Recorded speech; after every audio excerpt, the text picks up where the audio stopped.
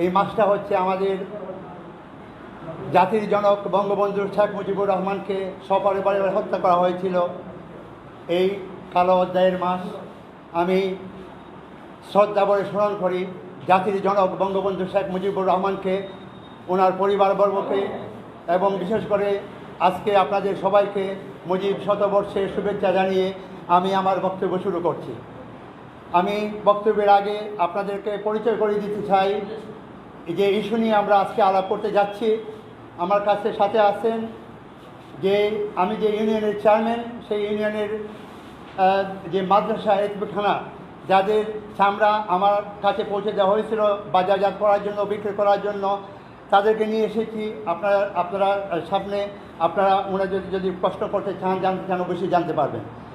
সম্মানিত বন্ধুরা, আমি আমার সংবাদ সম্মেলনের বিষয়বস্তু আপনার সামনে তুলে ধরছি। প্রিয় সাংবাদিক বন্ধুরা, করোনা ভাইরাস মহামারীর সময়ে অনেক কষ্ট করে ও ঝুঁকি নিয়ে আজকের এই সংবাদ সম্মেলনে উপস্থিত হওয়ায় আপনাদের সবাইকে অভিনন্দন এবং শুভেচ্ছা জানাচ্ছি। আপনাদের লেখনীর মাধ্যমে সমাজের অনেক অন্যায়, অবিচার, অনিয়মের কথা উঠে আসে বলে দেশের স্বাভাবিক পরিবেশ বজায় থাকে। আপনাদের লেখনীর মাধ্যমেই শুধু বাংলাদেশ নয়, বিশ্বের বিভিন্ন দেশের নির্যাতিত মানুষ বিচার পেয়েছে। উদাহরণ আছে অনেক। আমিও মানসিক এবং সামাজিকভাবে নির্যাতনের শিকার হয়ে আপনাদের সামনে হাজির হয়েছি।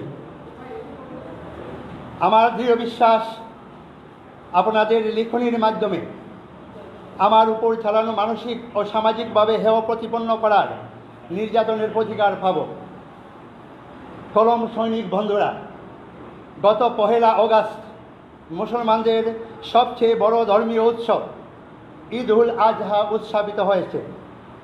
এই ঈদের সময়ে মুসলমানরা ধর্মীয় বিধান অনুযায়ী পশু কোরবানি দিয়ে থাকেন। আমার নির্বাচনী এলাকা সুনামগঞ্জ জেলার জগন্নাথপুর উপজেলার 3 নম্বর মিরপুর ইউনিয়নটি প্রবাসী অধ্যাসিত এলাকা। এই এলাকায় শত শত মুসলমান ওই দিন পশু কুরবানি দিয়েছেন, যার অধিকাংশ কুরবানি সম্পন্ন হয়েছে প্রবাসীদের প্রেরিত অর্থে। ঈদ উল আজহাকে সামনে রেখে স্থানীয় প্রশাসন সভা করেছেন। ওই সভায় আমাকে উপস্থিত থাকতে হয়েছে মিরপুর ইউনিয়নের চেয়ারম্যান হিসেবে। সবাই প্রশাসন সরকারের নির্দেশ জানিয়ে দিয়েছেন।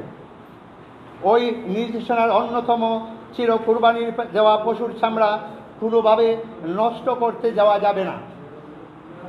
কোনো অবস্থাতেই কুরবানির চামড়া মাটিতে পুঁতে ফেলা যাবে না, ভাসিয়ে দেওয়া যাবে না নদীতে। জনপ্রতিনিধিরা এই বিষয়ে পদক্ষেপ নেবেন। সম্মানিত সাংবাদিক বন্ধুরা, সরকারের এই নির্দেশনা বাস্তবায়ন করতে ঈদের 2 দিন আগ থেকে একজন চেয়ারম্যান হিসাবে এলাকায় কাজ শুরু করি। আমার ইউনিয়নের প্রত্যেক মেম্বার ও মসজিদের ইমামদের মাধ্যমে এলাকার সর্বস্তরের মানুষকে জানিয়ে দেওয়া হয় কোনোভাবেই চামড়া নষ্ট করা যাবে না। ওই বিষয়ে প্রতিটি মসজিদ থেকে মাইকিং করা হয়। কুরবানির পশুর চামড়া এরপর থেকে আমি আমার মিরপুর ইউনিয়নের পশুর কুরবানির বিষয়ে তদারকি কাজ শুরু করি। কুরবানির পশুর চামড়া সাধারণত মসজিদ, মাদ্রাসা ও এতিমখানায় দান করা হয়। স্বাভাবিক নিয়মে মাদ্রাসা কর্তৃপক্ষ, এতিমখানা কর্তৃপক্ষ ও মসজিদ কর্তৃপক্ষ পৃথকভাবে ডিলারের সাথে যোগাযোগ করেন। কয়েকজন ডিলার চামড়া ক্রয় করার আশ্বাস দেন। ঈদের দিন দুপুরে দিকে আগ্রহী ডিলারদের সাথে যোগাযোগ করে চামড়া করে সিদ্ধান্ত জানতে চান মসজিদ, মাদ্রাসা ও এতিমখানার লোকজন। কিন্তু আগ্রহী ডিলাররা জানিয়ে দেন তারা চামড়া ক্রয় করবেন না। ওই অবস্থায় পশুর চামড়া বিক্রেতারা বিপাকে পড়েন। তারা আমার সাথে যোগাযোগ করেন। আমি সরকারি নির্দেশনা বাস্তবায়নে ডিলারদের সাথে যোগাযোগ করি, কিন্তু কোনো ডিলারই চামড়া ক্রয়ে আগ্রহ দেখাননি। শেষ পর্যন্ত সরকারের নির্দেশনা বাস্তবায়নে ওই চামড়া সিলেট এনে বিক্রি করার পরিকল্পনা গ্রহণ করি। পরিকল্পনা অনুযায়ী সকল মাদ্রাসা, মসজিদ ও এতিমখানার চামড়া জড়ো করে 4টি ট্রাকে সিলেট পাঠায়। প্রিয় সাংবাদিক বন্ধুরা, মসজিদ, মাদ্রাসা ও এতিমখানার 636টি চামড়া আমার নিজ অর্থায়নে সিলেটে প্রেরণের ব্যবস্থা করি। বিভিন্ন আড়তে ওই চামড়া বিক্রয়ের চেষ্টা করা হয়। রাত 12টা পর্যন্ত চামড়া বোঝাই ট্রাক সিলেট নগরীর প্রতিটি ডিলারের দোকানে গিয়েছে, কিন্তু কেউ চামড়া ক্রয় করেননি। রাত 12টার দিকে ওই চামড়া সিলেট নগরীর আম্বখানার একটি প্লটে রাখা হয়। খালি ওই প্লটের মালিক আবাসন অ্যাসোসিয়েট প্রাইভেট লিমিটেড। জায়গার পরিমাণ 4 বিঘা। ওই কোম্পানির চেয়ারম্যান আমি হই। রাতেই সিদ্ধান্ত নিতে হয় চামড়াগুলি প্রক্রিয়াজাত করার জন্য। এই জন্য লবণ সংগ্রহণ করা হয় এবং করা হয় 5 বস্তা। রাতে আর কোনো লবণ পাওয়া যায়নি। রাতেই চামড়াগুলা প্রক্রিয়াজাত শুরু হয়। রোববার সকালে আরও 35 বস্তা লবণ ও শ্রমিক সংগ্রহণ করি, কিন্তু লবণ ও শ্রমিক আসার আগেই চামড়াগুলি সিজ করেন মেয়র আরিফুল হক চৌধুরী। সম্মানিত কলম সৈনিক বন্ধুরা, 2 আগস্ট রোববার বেলা 1:24 মেয়র আরিফুল হক চৌধুরী ফোন করেন আমাকে। ফোন করে চামড়ার বিষয়ে জানতে চান।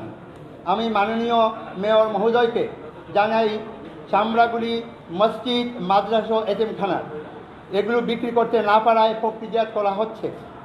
কিন্তু মাননীয় মেয়র আরিফুল হক চৌধুরী অনেকটা তুচ্ছ তাচ্ছিল্য সুরে বলেন চামড়াগুলো সিজ করা হলো। এমন সময় বলেন আমি চেয়ারম্যান মাহবুব হক সেলিমের বিরুদ্ধে আইনগত ব্যবস্থা নেবেন। মাননীয় মেয়র মহোদয়কে পুরো বিষয়টা বলার পরও তিনি চামড়াগুলা ডাম্পিং ইয়ার্ডে পাঠিয়ে দেন। এর আগে তিনি আবাসন কোম্পানির গেট ভেঙে ফেলেন বুলডোজার দিয়ে। মসজিদ, মাদ্রাসা ও এতিমখানার এই চামড়া নিয়ে এখন আমি বিব্রতকর অবস্থায় আছি।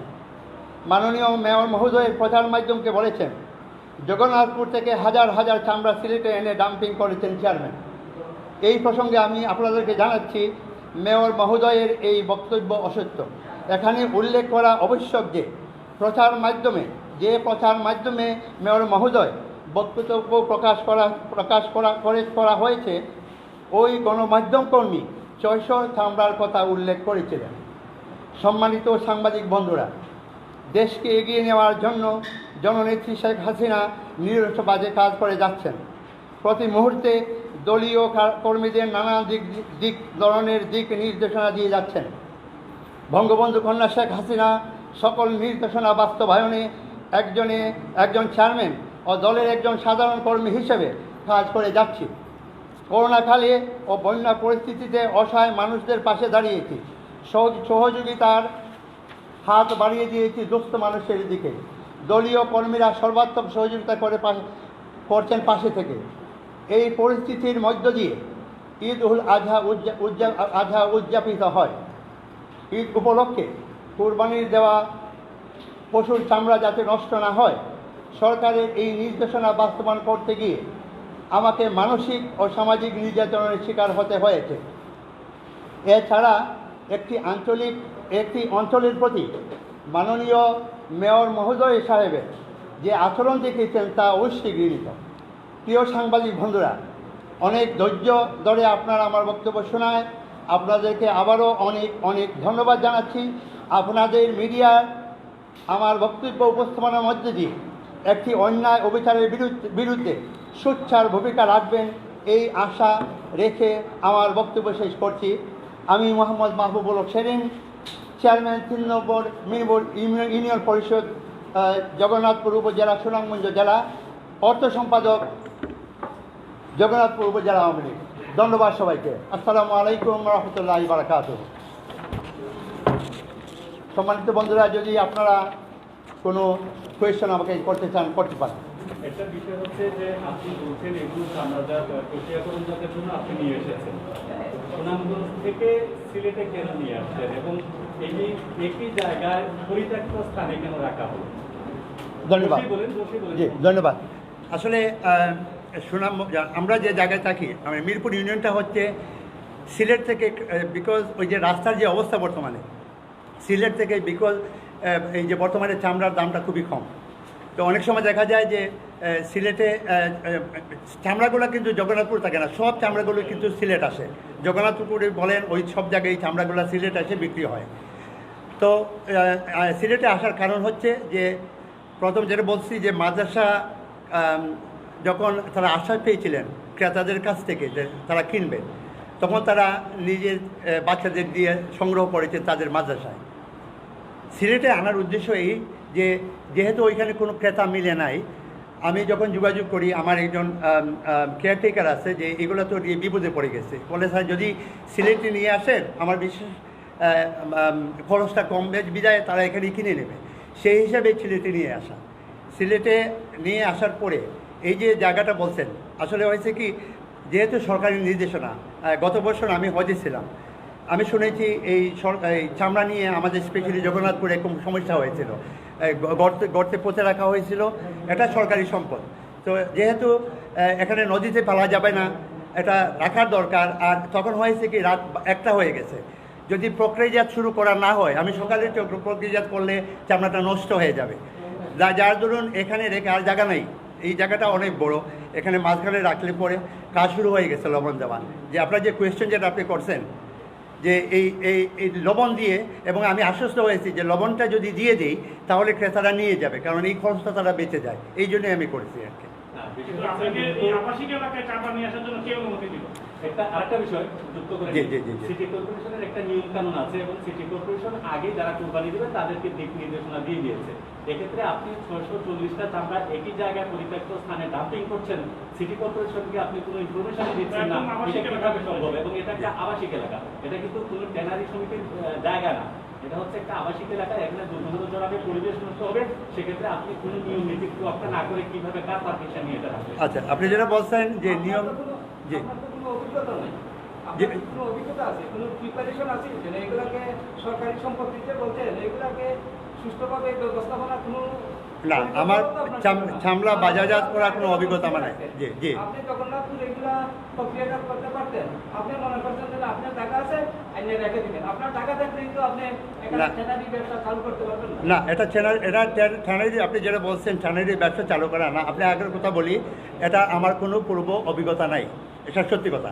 দ্বিতীয়ত হচ্ছে যে আমি গত 20 বছর যাতে আমি বাংলাদেশে আছি, আমি দেখতেছি সেটা হচ্ছে যে চামড়াগুলা ক্রয় করে ওইখানে নিয়ে আসা, ওইখানে আমাদের লোকালি কোথাও কোনো এই যে লবণ দিয়ে প্রক্রিয়াজাত করা হয় না, দেখি নাই কখনো। এটা এখানে যারা ক্রয় করেন তারাই এটাই প্রক্রিয়াজাত করে থাকেন। এবং আপনি যেটা বলছেন যে ডাম্পিংয়ের যে ব্যাপারটা, আসলে হয়েছে কি আমি যদিও জগন্নাথপুরের লোক, সিলেট শহরে আমার ব্যবসা বাণিজ্য আছে, আর একটা ন্যূনতম একটা জ্ঞান, আপনি যেটা বলছেন যে আবাসিক এলাকা, এটা আসলে ঠিক আবাসিক এলাকা না, এটা বাণিজ্যিক এলাকা, কিন্তু ডাম্পিং, জি জি, কিন্তু হয়েছে কি এখানে এই যে সময়টা 640টা খাল চামড়া নষ্ট হয়ে যাবে, তাৎক্ষণিকভাবে ডিসিশনটা নিতে হয়েছে।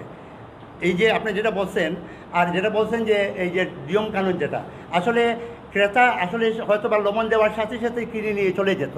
কারণ আমি আরও জানি, আপনারা হয়তো বা জানবেন যে আমাদের সিলেট নগরী যেটা, শুধু তো আর আম্বরখানা এই জায়গায়, ওই পাড়টাও তো আছে। আমি যতটুকু জানি আসলে মেয়র মহোদয় অনেক কষ্ট করে সুন্দর রেখেছেন, কিন্তু তখনও কিন্তু অনেক সময় খাল দেখা যায় 24 ঘন্টা 48 ঘন্টা সময় লাগে এটা এই ছড়ে ফেলানোর জন্য। সেই হিসাবে আমার এখানে 12 ঘন্টা সময় হয়নি, যেটা হয়তো 12 ঘন্টা সময় হয় না আমি নিয়ে আসার, এবং এর ভিতরেই হয়তো বা এটা আমি ক্লিয়ার করে ফেলতাম। লবণজাত যেটা, এটা যদি শরীর না করতাম, আমি যেটা পরে শুনেছি, চামড়া থেকে যদি ওই যে কি বলে চামড়া জোড়া শুরু হয়ে যায়, তাহলে কিন্তু খালটা নষ্ট হয়ে যায়, লবণ দিতে হয়। তাৎক্ষণিকভাবে কিন্তু দাম বেশি দিয়ে আমি নেওয়ার চেষ্টা করেছি। এখানে কত লাভ হবে কি লোকসান হবে সেটা চিন্তা না করে সংরক্ষণ করার ব্যাপারটা আমি বেশি জোর দিয়েছি। জি জি, আপনার এলাকায় কেউ চামড়া প্রক্রিয়াজাত করলে বা চাকরি করলে নিশ্চয়ই আপনার অনুমতি নেই, এক্ষেত্রে আপনি সিটি কর্পোরেশনের মেয়র আরিফুল চৌধুরী অনুমতি নিয়েছিলেন কিনা বা সিটি কর্পোরেশনকে অবহিত করেছিলেন কিনা আপনি এতগুলো চামড়া প্রক্রিয়াজাত করছেন এখানে? ধন্যবাদ। আপনি যে কোয়েশ্চন, সুন্দর কোয়েশ্চন। আসলে হয়েছে কি এখানে প্রক্রিয়াজাত করার জন্য তো নিয়ে আসি নাই আমি, এখানে নিয়েছিলাম বিক্রি করার জন্য। তাৎক্ষণিক বিক্রি না হওয়ায় যে আমাকে যেটা বলা হয়েছে যে 24 ঘন্টা যদি হয়ে যায় তাহলে খালটা নষ্ট হয়ে যাবে। ক্রেতারা খুঁজতেছি এবং ক্রেতাদের সাথে যোগাযোগও চলতেছে ইন দ্য মিন টাইম, কারণ এই যে ট্রাকের মধ্যে যদি রেখে দিই তাহলে তো প্রক্রিয়াজাত করা যাবে না। আর আপনি যেটা বলছেন যে আমাদের এলাকায় কি পারমিশন নিতে হয় কি না, সত্যি বলতে আসলে বিগত যে সময় দেখছি আমরা যারা কালেকশন করেন ওরা কিন্তু ট্রাকে করেই নিয়ে আসা সিলেটেই বিক্রি করে ফেলে, এখানে কোনো প্রক্রিয়াজাত হয় না। আমার যে প্রশ্নটা ছিল জি, জি। সেটা হচ্ছে যে আপনি শুধু মিরপুর ইউনিয়নের কথা বলছেন, যেটা প্রবাসী অধ্যুষিত এলাকা। আমরা জানি পুরো জগন্নাথপুর উপজেলা এটা প্রবাসী অধ্যুষিত অঞ্চল এবং প্রতিটা ইউনিয়নে এভাবে গরু কুরবানি করা হয়েছে। অন্যান্য চেয়ারম্যানরা স্থানীয় প্রশাসনের এই নির্দেশনা শুনে যেটা করলেন না সেটা আপনি কেন করতে গেলেন? আরও তো চেয়ারম্যানরা ছিলেন, জি। তারাও তো সেটা করলেন না। কিন্তু আপনি কেন প্রতিষ্ঠানের কাছ থেকে সামলা শুনুন সেটা কি অতি উৎসাহীভাবে করলেন নাকি ব্যক্তিগত কোনো? ধন্যবাদ। ভৌগোলিক কারণে আমার যে ইউনিয়নটা পড়ছে জগন্নাথপুর থেকে একেবারে আমার পিছনের বাড়ি হচ্ছে জগন্নাথপুর, সিলেট। দূরত্বের ব্যাপারে যে জগন্নাথপুর থেকে যে কালেকশনগুলো হয় অন্যান্য ইউনিয়ন থেকে খুবই ইজি। আর রাস্তার যে অবস্থা এই জন্য কোনো ক্রেতারা ওইখান থেকে এখানে আসেন নাই। আর বাকি যে ইউনিয়নের চেয়ারম্যান মহোদয়ের কথা বলতেছেন মেজরিটি একটা কিন্তু আমি আমাদের জগন্নাথপুর উপজেলার চেয়ারম্যান জনাব মাতাউর রহমান সাহেব সাথে যোগাযোগ করতে পারেন, উনি 45টা খাল বাজারজাত দিতে পারেন নাই। ওনার এই 45টা চামড়া আমার কাছে পাঠিয়ে দিয়েছেন গাড়ি ভাড়া সহ, যাতে আমি সিলেট নিয়ে আসতেছি। ওইখান থেকেও আমি 45টা খাল আমাকে দেওয়া হয়েছে। বাকিগুলো আপনি যেটা বলছেন স্বপদ্ধতিতে হয়ে, আসলে আমি একটু আবেগপ্রবণ মানুষ, কাজ যেটা হাতে নেই আমি জান প্রাণ দিয়ে চেষ্টা করি করার জন্য। আর এটা অন্যান্য চেয়ারম্যান মহোদয়ের সাথে আমার আলাপ হয়েছে, আসলে হয়েছে কি কাছাকাছি টাকায় সবাই তাদের মতো নিয়ে গেছে নৌকা দিয়ে। জি জি। আপনি যে জিনিসটা হয়েছে আপনি কি মনে করেন এটা আপনার ভুল হয়েছে? আমি ভুল হয়েছে আমি বলবো না, আমি পরিস্থিতির শিকার বলবো। কারণ এই যে সিচুয়েশন ক্রিয়েট হয়েছে, এই ক্রিয়েট হওয়ার সময় যখন আমি মেহমান মহোদয়ের সাথে আমার ফোনে আলাপ হয়েছে, আমি মেহমান মহোদয়কে বলছি স্যার ভেরি সুন এটা ক্লিয়ার হয়ে যাবে এবং আমাকে একটু সুযোগ দেন, কারণ এখানে আমি রাখার জন্য ডাম্পিং করার জন্য এই ডাম্পিং শব্দটা আমাকে কষ্ট দিয়েছে। কারণ উনি আমার অনেক বড় নেতা এবং জনপ্রতিনিধি আমার চেয়ে অনেক গুণ বড়, আমিও তো একজন ছোটোখাটো জনপ্রতিনিধি। এই যে কাজটা আমি যেটা করছেন আমি ইচ্ছাকৃতভাবে এটা স্বাভাবিক একটা জ্ঞান যে গ্রাম থেকে এসে সিলেট শহরে এটা এটা এটা তো অবশ্যই সঠিক চিন্তা। আপনি তো গণমাধ্যমকে দুষছেন যে লাইভে এটা বলছে ওইটা বলছে, কিন্তু নগরবাসী কিন্তু বক্তব্য কি সাধারণ মানুষ মনে করছে 24 ঘন্টার যে একটা টার্গেট ছিল নগরী পরিচ্ছন্ন রাখা, আপনি সেটাকে বাধাগ্রস্ত করতে যাচ্ছেন, আপনি কেন তাই মনে করেন? একটু সংক্ষিপ্ত করতে চাই, সেটি হচ্ছে আপনি তো উপস্থিত ছিলেন না, আপনি রাতারাতি এসেছিলেন। জি জি। যখন মেয়র সাহেব অভিযান চালায় তখন আমরা অনেক সাংবাদিক ছিলাম, সেখানে আপনার কোনো চামড়াই আমরা একটা চামড়া অন প্রসেসিং পাইনি এবং সেই চামড়াটা এমন ভাবে ফেলা ছিল প্রচুর সেটা ডাম্পিংই বলা চলে। সেই বিষয়টা আপনি কিভাবে ব্যাখ্যা করেন, যেহেতু আপনি উপস্থিত ছিলেন না? জি এখানে আধা মিনিট এটার সাথে আমার একটু যোগ আছে। জি জি।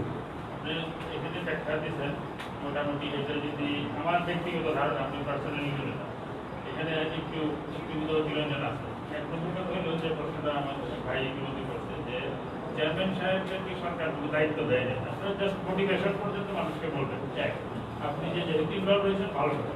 এখানে আপনার বড় ত্রুটি যেটা হচ্ছে আমি মনে করি আপনার উচিত ছিল যখন এই চামড়াগুলো এখানে এনে আপনি যখন বলছেন যেহেতু কেউ দিচ্ছে না তখন আপনি প্রসেসিংয়ের জন্য গেলেন, কিন্তু যখন এলাকার লোকজন মেয়রকে ফোন করে কমপ্লেন দিচ্ছে তখন সিটি কর্পোরেশন বাধ্য হয়ে এটার সাথে ইনভলভ হয়েছে যখন কেউ বলতে ছাড়া।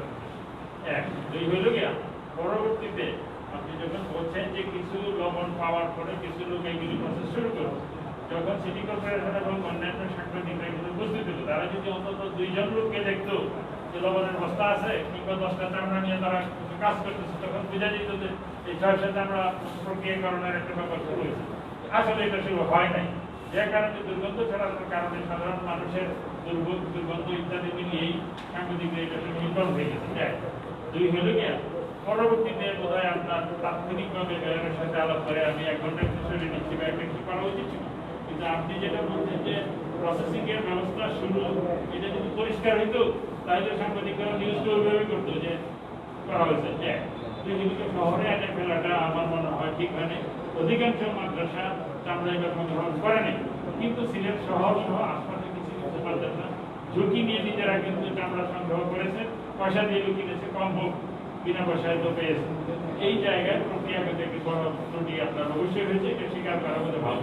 কারণ এটা নিয়ে এখন যদি দেখা যাচ্ছে, আমরা একটু আগে দেখলাম নিচে আরেক ধরনের আপনার প্রতিপক্ষ হতে পারে, পরিবেশ বিষয়ে নিয়ে তারা একটা মানববন্ধন, পরবর্তীতে এই ধরনের পক্ষে প্রতিপক্ষে হয়তো কথাবার্তা চলবে, নানান কর্মসূচি আসবে, এগুলি কিন্তু আমার মনে হয় দ্রুত শেষ করার একটা উদ্যোগ নেওয়া উচিত।